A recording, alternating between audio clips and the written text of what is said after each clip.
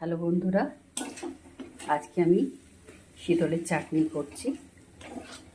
তার জন্য লাগছে আমাদের 3 পিস শীতল,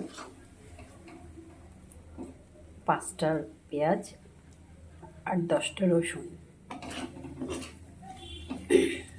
3টে কাঁচামরিচ, একটু শুকনো লঙ্কার গুঁড়ো। এই পেস্ট করে আমি শীতলের চাটনিটা করব। তো তার জন্য মশলাগুলো আমি পেস্ট করে নিয়েছিলাম। পেস্ট করার পর 3টে শীতলকে আমি ঠান্ডা জলে ভিজিয়ে আঁশগুলোকে ছাড়িয়ে নিয়েছিলাম।